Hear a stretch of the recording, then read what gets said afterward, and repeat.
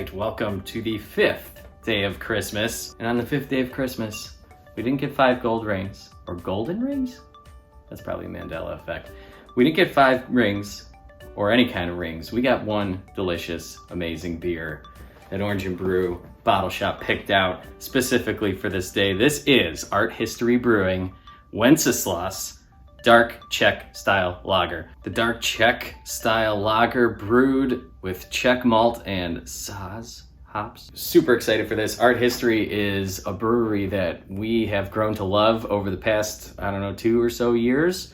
You've seen them in me and Billy run a 5K. We drank our way through a 5K, and that was where we ended up after the run. So that was interesting, all sloshied and everything, and we come in and we're like, give us lager. So they gave us a nice little pint there. Delicious stuff. We also talked with them outside of the beer cellar, of course, in Glen Ellen. Tom and Cindy are the owners there, with Greg over there as the head brewer, and these guys are pumping out some good stuff consistently, and that's the best part about it. It's like every beer we have from them, it's amazing. We love it. They have a Czech pale lager called Gravitas, which is very, very delicious beer. You can find that over kind of close where I'm at. The Bavarian Lodge over there is carrying that quite regularly, and that's one of my go-tos for sure. Let's pop this one open. Again, a little aggressive. I think it's just being on camera, trying to hurry it along because you really want to drink it. Okay, we're good. Let's dive right into this.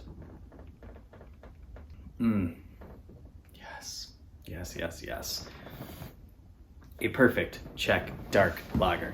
We love Czech lagers, and we especially love dark lagers here at Midwest Brew Review. As you've been following along, hopefully, we've been kind of swaying towards and swinging towards the traditional styles of beer lately, and this is firing on all cylinders. Let's see what Orange and Brew has to say about it. What I'm going to say about it is it has a perfect roastiness that's kind of like enhancing the lager flavor, which it's supposed to, but it's still not losing that drinkability. Like, I could drink the huge liter mugs of this and mug steins and all that stuff and be totally good with that. I could go through a bunch of these for sure. All right, so 5th day of Christmas. Colder weather means darker and bolder lagers. This Czech version is a traditional example of the style.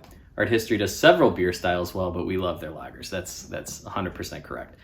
You can always find a cask beer available too, which is super exciting if you're into cask beers. Got the pull engine, and it's kind of a little less carbonated and not as ice cold, and it kind of just brings out an entirely new palette of flavor to a beer. So whenever you see a casked ale or a casked beer, especially if it's one you've already had that wasn't on cask, you should definitely try it. It's like a completely different beer, and they are delicious. Lastly, Orange and Brew is throwing together, and we haven't done this up until this day yet, so I figured kind of switch it up. Orange and Brew put together kind of a 2 truths and a lie. They've interviewed the brewer or owner of these places, and nice little interview. And if you've bought or got this as a gift, you're getting these emails daily.